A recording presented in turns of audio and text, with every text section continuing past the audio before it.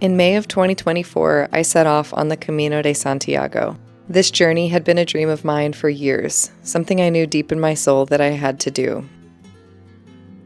Of course, I had no idea if I was capable of walking over 500 miles, but I had to try.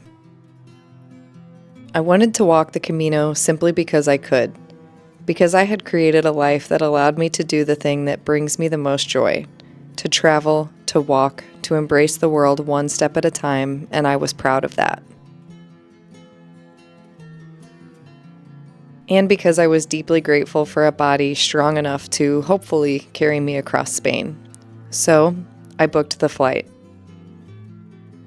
40 days later, on June 21st, I arrived in Santiago de Compostela. Overwhelmed with emotion, it felt like the entire journey flashed before my eyes all at once.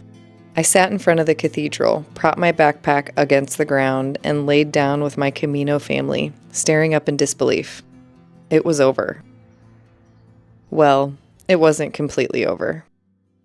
Hi guys, it's Melanie from Travel Light here, and I just finished walking the Camino Frances, the French route of the Camino de Santiago.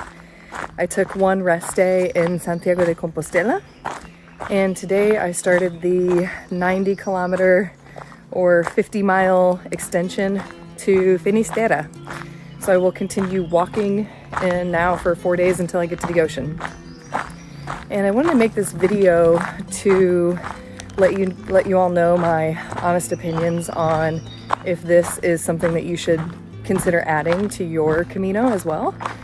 A lot of people just take the bus from Santiago to Finisterre, but I really wanted to experience this walk because I've heard it's really nice, and I wanted to bring you along for the ride so you can decide if it's something that you want to do as well. So thanks for watching.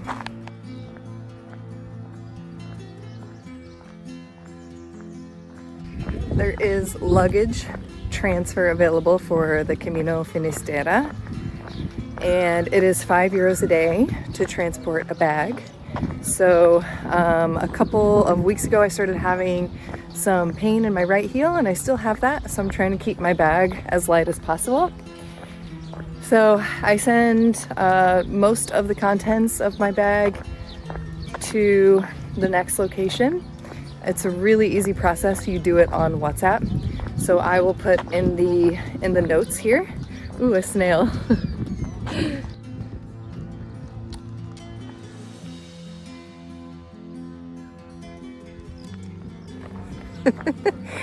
I'll put in the notes how to transport your bag and what company you use, and you just communicate with them on WhatsApp. It's a super simple process.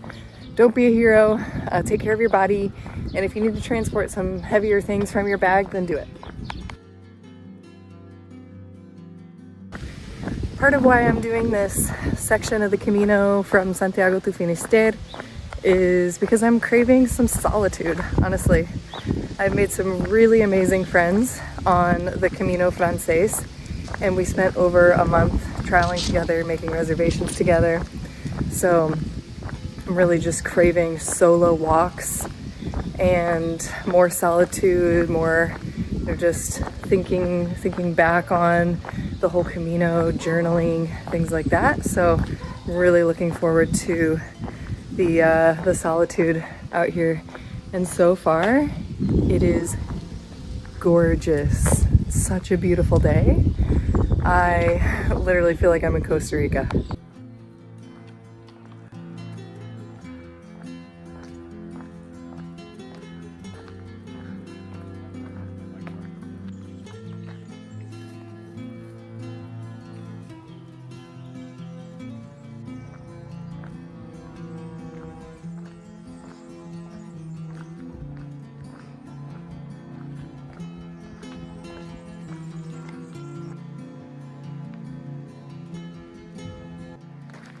Just stopped and had a little bit of lunch. I've had two probably 30-minute breaks or so now. And yeah, still gorgeous. The trail has been really varied. There's been some long road sections through towns. There's been a lot of, this is gravel. Just climbed a huge hill. So plenty of ups and downs. My foot was hurting a little bit earlier, so I took an ibuprofen and did a lot of stretching, and now I'm feeling really good and strong, and definitely accomplishing my goal of solitude. I just met a woman from France who's been walking for 3 months. She walked from her home in France all the way here, and she's walking back the same way. She started in March and she's going to be done in September. That's pretty awesome. But other than that, yeah, just had a really solo day. It's been amazing. Sorry for the heavy breathing. This has been a huge hill. And it's late June. There's been tons of flowers. And of course, these amazing Galician forests. So, yeah, so far I am really happy with the choice to walk to Finisterre.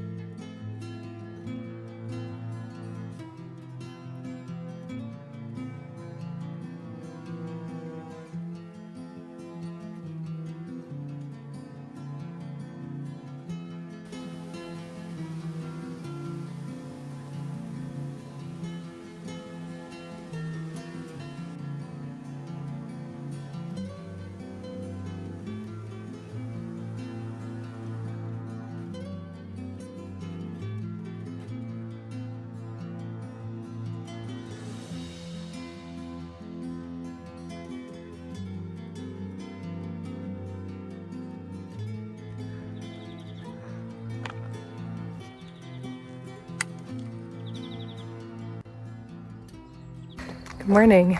This is day 2 of the walk from Santiago to Finisterre. And I left at about 7:30 this morning, so not super early, but I have found myself completely alone so far on today's trail, which is really wonderful. So today I'm walking about 26 kilometers to a really small town called Lago. And yeah, I'm excited to take you along for the ride.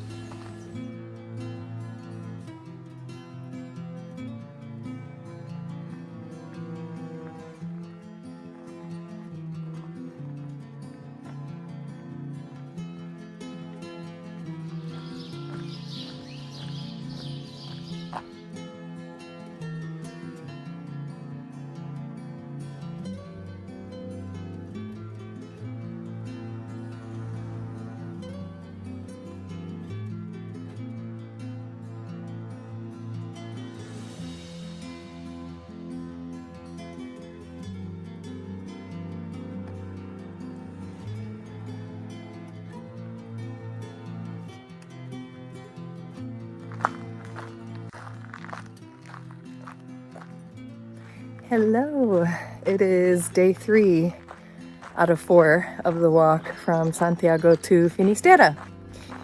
And this morning, I stayed last night in a town called Lago. And then today I'm walking to a town called Cee, C-E-E, that's how you would say it. And it's about a 25 kilometer day.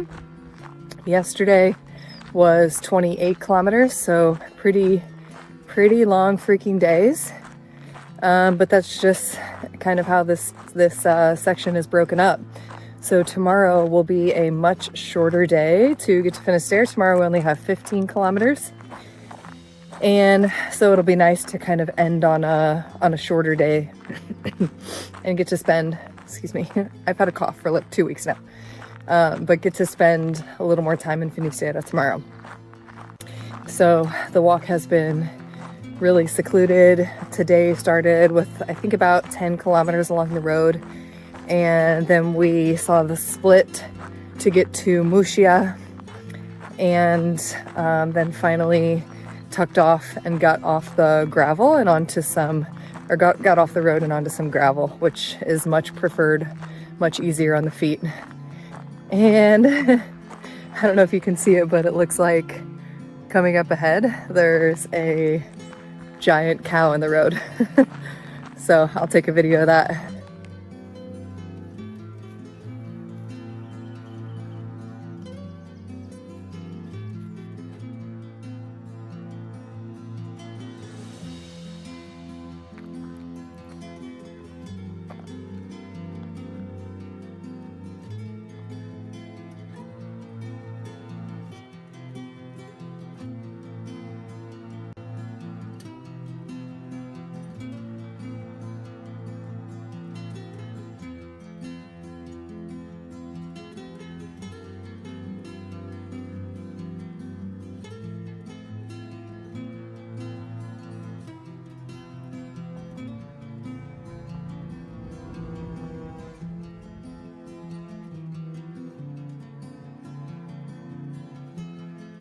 Today is day 4 of the walk from Santiago to Finisterre, and it's day 45 since I started my Camino Frances in Saint-Jean-Pied-de-Port.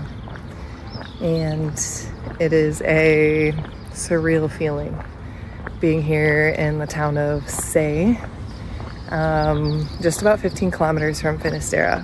So my walk is almost coming to its end. Yeah. Here we are. On the final day, walking from Say to Finisterre, I didn't want it to end.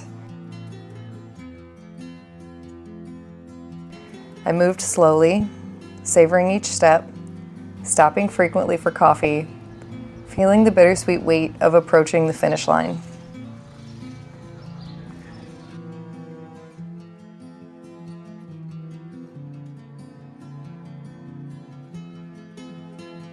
As I climbed through forested paths, I caught a glimpse of the ocean, a stunning hidden beach below the cliffs.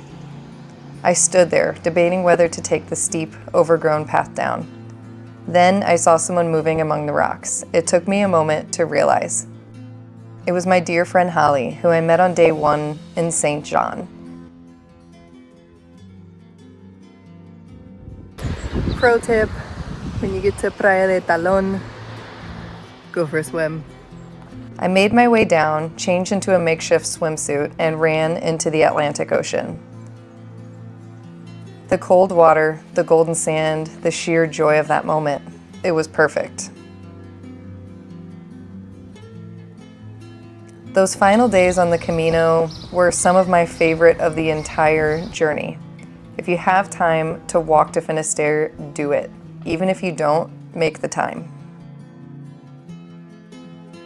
And then we walked until we could walk no more. Because standing at the end of the world, watching the sun sink into the Atlantic after walking over 500 miles across Spain to get there was something I will never forget.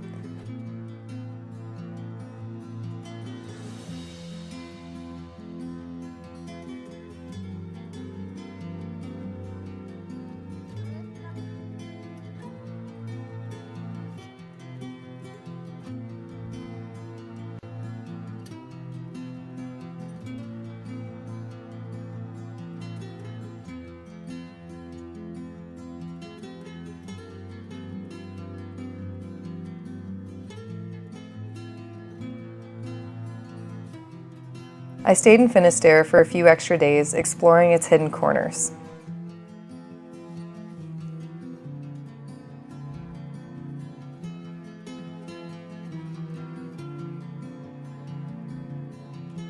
I visited quiet beaches, wandered its charming streets, and found a sacred site called Piedras Santas, where a local told me to stand on the rocks and make a wish.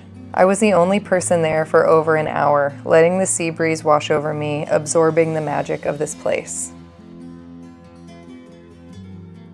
This is the end of my Camino story for now, but if there's one thing the Camino teaches you, it's that every ending is just the beginning of something new.